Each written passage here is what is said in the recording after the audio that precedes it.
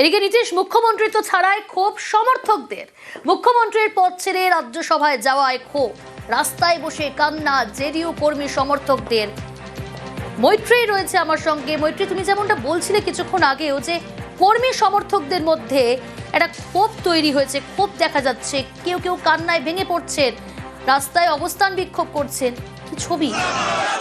একেবারেই দেখো, গতকাল যখনই এই খবর প্রকাশ্যে আসে তারপর থেকেই কিন্তু দেখা যাচ্ছিল যে হোলির মতো একটি বড় অনুষ্ঠানকে ছেড়ে জেডিইউ সমর্থকেরা কাল সন্ধ্যের পর থেকে এবং আজ সকালে তো বটেই মুখ্যমন্ত্রীর নিবাস পাটনা শহরের রাস্তায় তারা নেমে আসেন, তারা বিক্ষোভ দেখান। মুখ্যমন্ত্রীর সঙ্গে, প্রাক্তন মুখ্যমন্ত্রী নীতিশ কুমারের সঙ্গে যখন দেখা করতে আসছিলেন অন্যান্য বিধায়করা, তাদের ঢুকতে বাধা দেওয়া হয়। তাদের বক্তব্য একটাই ছিল যে এই বিধানসভা নির্বাচনে কর্মীরা রাস্তায় নেমেছিলেন, তারা বিজেপি সরকার গঠনের জন্য নয়, তারা জেডিইউ সরকার গঠন হোক, এবং নীতিশ কুমারের মুখ দেখেই তারা এসেছিলেন। মানে নীতিশ কুমারের এখন সরে যাওয়াটা তাদের কাছে একটা বড় ধাক্কা এবং সেটা তারা কখনোই মেনে নিতে পারছে না। একেবারেই মৈত্রী।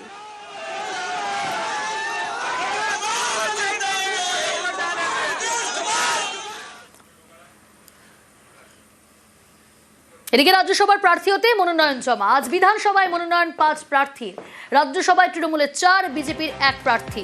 তৃণমূলের তরফে মনোনয়ন জমা রাজীব কুমারের, তৃণমূলের হয়ে মনোনয়ন জমা কোয়েল মল্লিক, বাবুল সুপ্রিয়। তৃণমূলের তরফে মনোনয়ন মানিকা গুরুস্বামীর। আরো ডিটেল জানাবে আবির, রয়েছে আমার সঙ্গে। আবির, দেখো, বিধানসভা নির্বাচনের আবহের মধ্যেই রাজ্যসভা নির্বাচন, যদিও রাজ্যসভা নির্বাচন পশ্চিমবঙ্গ থেকে হচ্ছে না, তার কারণ সংখ্যার বিচারে যে দুই রাজনৈতিক দল তৃণমূল কংগ্রেস এবং বিজেপি, তাদের যে সংখ্যক সাংসদ পাওয়ার কথা সেই অনুযায়ী সাংসদ তারা মনোনয়ন করে তারা পাঠাচ্ছেন।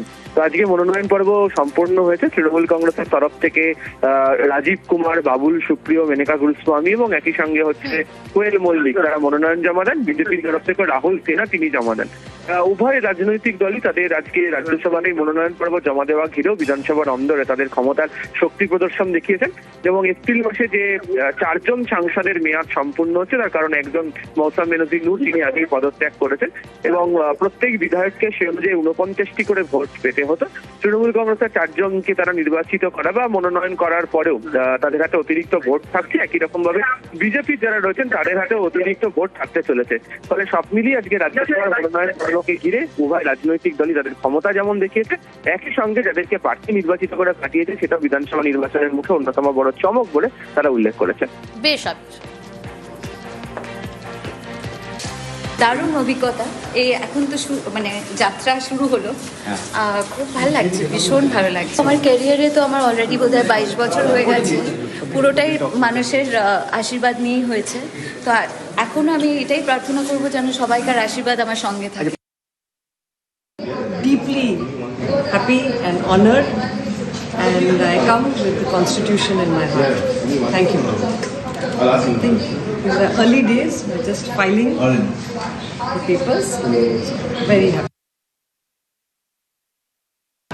মাদার টেরেসার একটা কথা আছে, मतलब সেন্ট মাদার টেরেসার একটা কথা আছে, ওনার ওয়ার্ডে বলছি, I trust God will not give me a responsibility which I cannot handle. এটা একটা গুরু দায়িত্ব।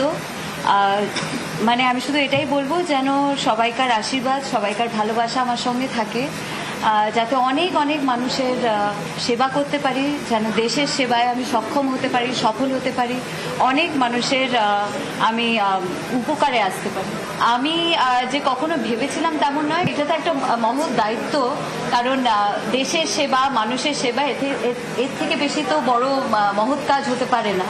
তো তাই জন্য সেই জায়গা থেকে আমি নিজেকে ভীষণ ফরচুনেট মনে করি যে আমাকে সিলেক্ট করা হয়েছে এবং আমি একটা এত ইম্পর্টেন্ট একটা জায়গায় আসতে পেরেছি।